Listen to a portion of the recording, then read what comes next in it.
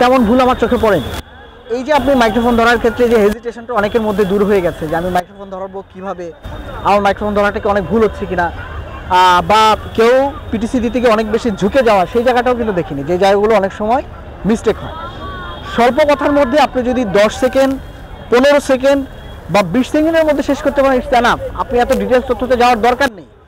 আপনি মুখস্থ যেই শব্দগুলো বা যে লাইনগুলো মুখস্থ করেছেন, বা আপনার মনে হচ্ছে যে এই লাইনগুলো আমি দিব, সেই লাইনগুলো আপনার মতো করে দেন।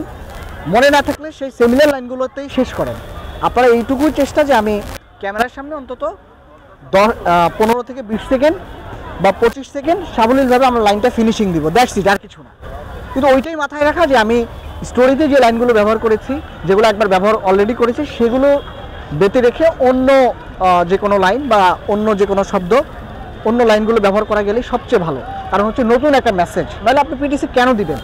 যে আপনি যে লাইনগুলো বেসিক্যালি আপনার নিউজে অলরেডি বলেছেন বা নিউজে আপনি দেখিয়েছেন, সেই লাইনগুলোই যদি বলেন, তাহলে একই শব্দ বা একই লাইনগুলো রিপিট হয়ে যাবে। সেক্ষেত্রে অবশ্যই এটাই মাথায় রাখা যে আপনারা পিটিসির ক্ষেত্রে নতুন কিছু শব্দ, নতুন কিছু লাইন, এটা হলো হচ্ছে সবচেয়ে বেস্ট। এই জায়গাগুলো দিয়ে একটু নজরে রাখলেই এনাফ। আর আপনারা যে অল্প সময়ের মধ্যে 2 টেক, 3 টেক, 4 টেকে যে আপনারা পিটিসি কমপ্লিট করেছেন, এটা অবশ্যই বাহবাযোগ্য। কারণ হচ্ছে ক্যামেরার সামনে অনেকেই আরও 10 বার, 15 বার বা 20 বার এরকমও অনেকের লেগে যায়, তারপরেও সাবলীল হতে পারে না। অন্ততপক্ষে আপনারা আজকে আমি যেটা দেখলাম যে আপনারা ক্যামেরার সামনে সাবলীল হতে পারার যেই প্রচেষ্টা, সেই জায়গা থেকে বলবো যে সবাই সাকসেস। এই জন্য আমরা সবাইকেই সেলিব্রেট করতে পারি একটা হাততালি দিয়ে।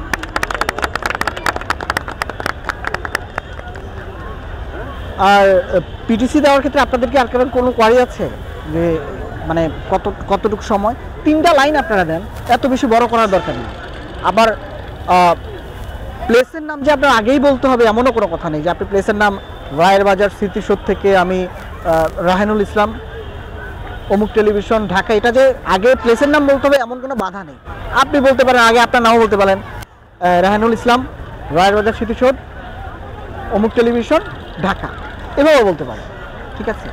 এটাতে কোনো সমস্যা নেই এই জায়গাটিতে। তো এই দিক থেকে আপনাদের আবার আমার বোধ হয় যে হচ্ছে আরেকটা বিষয় একটু মাথায় রাখা, যেটা হচ্ছে যেই প্লেস বা যেই আয়োজন, যে অনুষ্ঠান কেন্দ্রিক, সেইখানে অবশ্যই আপনাদের আমি বলবো যে মানে যেই বিষয় নিয়ে আপনারা পিটিসি দিচ্ছেন বা স্পটে আসছেন, সেই বিষয়ে যখন আপনি একটু স্টাডি করে আসবেন, একটু জ্ঞান মানে জাস্ট একটু নলেজে রাখা যে ঘটনাটা কি, তখন আপনার জন্য কিন্তু পিটিসিও এত কঠিন হবে না। আপনি জানেন যে এখানে কী ঘটেছিল।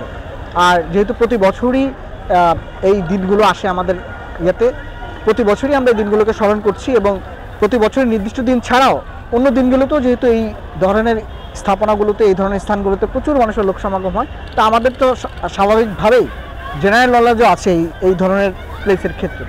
তো এই জিনিসগুলোই জাস্ট মাথায় রাখা, যে এখানে কী হয়েছিল, কেন হয়েছিল, কারা করেছিল। ওই যে আপনি 5W কোশ্চেন যেভাবে খুঁজেছেন, ওই জিনিসগুলো মাথায় রাখলে দ্যাটস ইট, আর কিছু না।